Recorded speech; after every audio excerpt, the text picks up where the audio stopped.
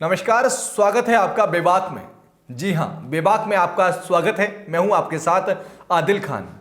इस बार एक राष्ट्र एक चुनाव की बात चल रही है।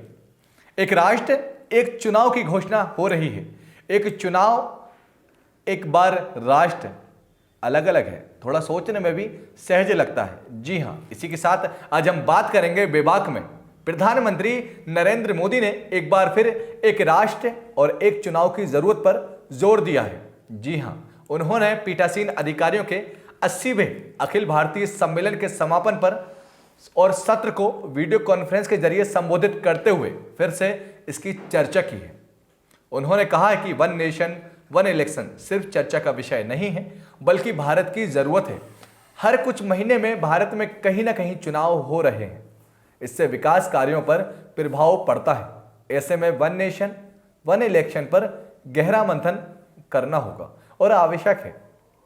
प्रधानमंत्री नरेंद्र मोदी ने पिछले वर्ष जून में भी एक देश एक चुनाव के मुद्दे पर एक सर्वदलीय बैठक बुलाई थी। वो काफी समय से लोकसभा और सभी विधानसभाओं के चुनाव एक साथ कराने पर जोर देते रहे हैं, लेकिन इस मुद्दे पर राजनीतिक दलों की राय बटी हुई है, अलग अलग आ रही है। प्रधानमंत्री मोदी ने कई बार कह चुके हैं कि अगर लोकसभा और सभी विधानसभाओं के चुनाव एक साथ होंगे तो इससे पैसे और समय की बचत होगी। उनका कहना है कि एक बार चुनाव होने से प्रशासनिक काम पर भी असर पड़ सकता है। अगर देश में सभी चुनाव एक साथ होते हैं तो पार्टियां भी देश और राज्य के विकास कार्यों पर ज्यादा समय दे पाएंगी। प्रधानमंत्री नरेंद्र मोदी पिछले साल जून में पहली बार औपचारिक तौर पर सभी पार्टियों के साथ इस मसले पर विचार विमर्श के लिए बैठक बुलाई गई है। इसके लिए उन्होंने सभी पार्टियों के प्रमुखों को आमंत्रित भी किया है। जी हां, तब केंद्रीय मंत्री और वरिष्ठ बीजेपी नेता रविशंकर प्रसाद ने इस बारे में कहा था कि देश में स्थिति है कि हर महीने चुनाव होते हैं। हर बार चुनाव होते हैं तो उसमें खर्चा ज्यादा होता है। आचार संहिता लगने के कारण कई प्रशासनिक काम भी रुक जाते हैं और हर प्रदेश के चुनाव में बाहर के पद अधिकारियां पोस्टेड होते हैं, जिसकी वजह से उनके अपने देश के काम पर भी असर पड़ता है। पार्टियों की राय अलग अलग, लेकिन राजनीतिक दलों की राय इस मसले पर बटी हुई है। पिछले साल जब लॉ कमीशन ने इस मसले पर राजनीतिक पार्टियों से सलाह की थी, तब समाजवादी पार्टी, तेलंगाना राष्ट्र समिति, शिरोमणि अकाली दल जैसी पार्टियों ने एक देश एक चुनाव की सोच का समर्थन भी किया था।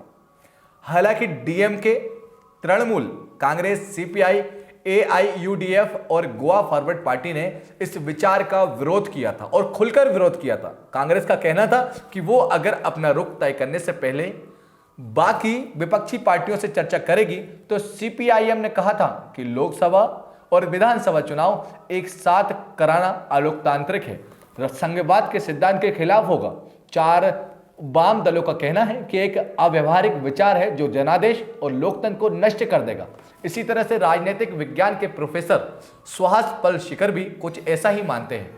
वो कहते हैं कि नियमों में बदलाव होना और लोकसभा और सभी विधानसभा चुनाव एक साथ कराए जा सकते हैं, लेकिन उनका कहना है कि ये भी एक तरह के बदलाव से देश के संविधान के 2 तत्वों में संसदीय लोकतंत्र और संघवाद के खिलाफ होगा।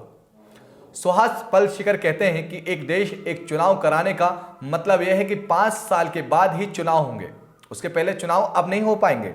इसे ऐसे समझिए कि अगर किसी विधानसभा चुनाव में किसी पार्टी का बहुमत किसी से खत्म हो गया तो आज का सिस्टम यह है कि वहां दोबारा चुनाव होते हैं 5 साल के पहले भी, लेकिन एक देश एक चुनाव सिस्टम में वैसा नहीं होगा। उनका कहना है कि एक देश के एक चुनाव में जरूरी है कि जब लोकसभा के चुनाव आएंगे तभी विधानसभा चुनाव के भी आने की चाहिए। तब कई सालों में मामला चल रहा है, अब एक बार इसे फिर उठाया गया है, लेकिन मेरा मानना है कि संविधान के तत्वों के खिलाफ है। सुहास पलशिकर कहते हैं कि उन्हें नहीं लगता कि इससे पैसे बचेंगे। उनका कहना है कि अगर मान लीजिए अगर पैसा बच भी रहा है तो क्या पैसे बचाने के लिए लोकतंत्र को खत्म कर दिया जाएगा। उन्होंने कहा कि मेरे ख्याल से सवाल पैसों का होना ही नहीं चाहिए। सवाल यह है कि क्या हम अपने गणतंत्र से समझौता करने के लिए तैयार हैं। कहा जाता है कि लोकसभा चुनाव के दौरान मतदाता अलग तरीके से वोट करता है और विधानसभा चुनाव के दौरान अलग तरीके से।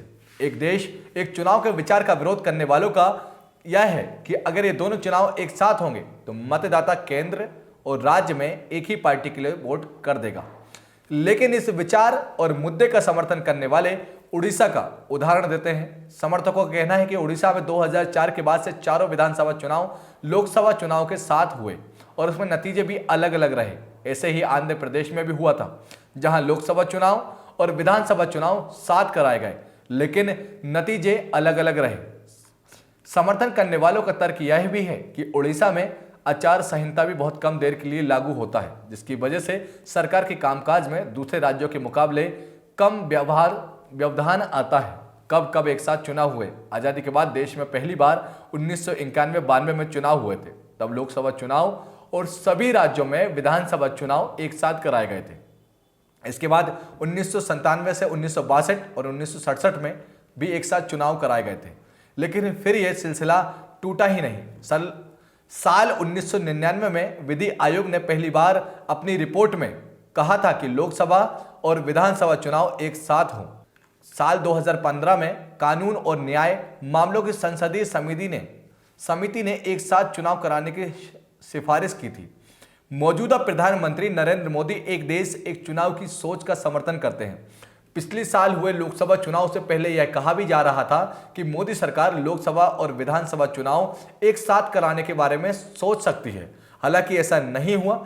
मोदी सरकार पिछले साल हुए लोकसभा चुनाव के साथ हरियाणा, महाराष्ट्र, झारखंड के विधानसभा के चुनाव कराना चाहती थी, लेकिन कहा जाता है कि इन राज्यों के मुख्यमंत्रियों ने ही अपनी सहमति नहीं जताई थी। इन राज्यों में बीजेपी की सरकार होने के बावजूद वहां के मुख्यमंत्रियों ने कहा था कि अगर वो समय से पहले अपनी विधानसभा भंग नहीं कर सकते हैं। ऐसे में सवाल उठे कि भाजपा अपने ही लोगों को इस मुद्दे पर सहमत नहीं कर पाई है तो दूसरी पार्टियों को कैसे करेगी, कैसे एकमत कर पाएगी। जी हाँ, अब सवाल उठता है आपका और हमारा, सवाल उठता है हमारे देश का और संविधान का, और सवाल उठता है आम व्यक्ति का और आम व्यक्ति की स्वतंत्रता का। सवाल यह नहीं कि नेता क्या चाहते हैं, सवाल यह नहीं कि हमारे प्रधानमंत्री क्या चाहते हैं। सवाल यह है कि प्रधानमंत्री अपनी सोच के साथ आपकी सोच चाहते हैं, आपका निर्णय चाहते हैं।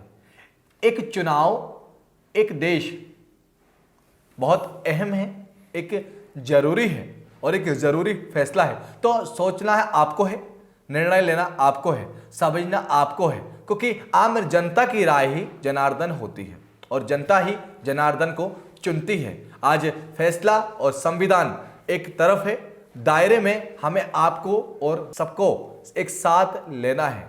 अब बात होती है नरेंद्र मोदी जी की, हमारे प्रधानमंत्री जी की, तो आपकी राय बहुत अहम है और बहुत ही जरूरी है। इस पर आपका क्या सोचना है। इसी के साथ अब हम विदा लेते हैं बेबाक में। बहुत बहुत शुक्रिया।